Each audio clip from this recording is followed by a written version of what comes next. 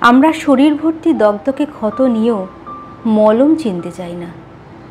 সব কথা যে গায়ে মাখতে নেই, এই সহজ সত্যি শিখতে চাই না। প্রত্যাশা ক্ষতিকারক, এ কথা বারবার অনুভব করেও বুঝতে চাই না। দুঃখ পেলে নিজেকে আরও দুঃখ দেওয়ার জন্য দুঃখের গান শুনি। উত্তর না এলে আরও 10 বার দরজা ঠকঠক করি। ভালো না বাসলে কেমন ভিখারির মতো হাত পেতে ফেলি। দুঃখের দোকানদারের কাছ থেকে সুখ কিনতে যাই বারংবার। আমরা আসলে কেউ ভালো থাকতেই চাই না। আমরা উঠে আসতে চাই না।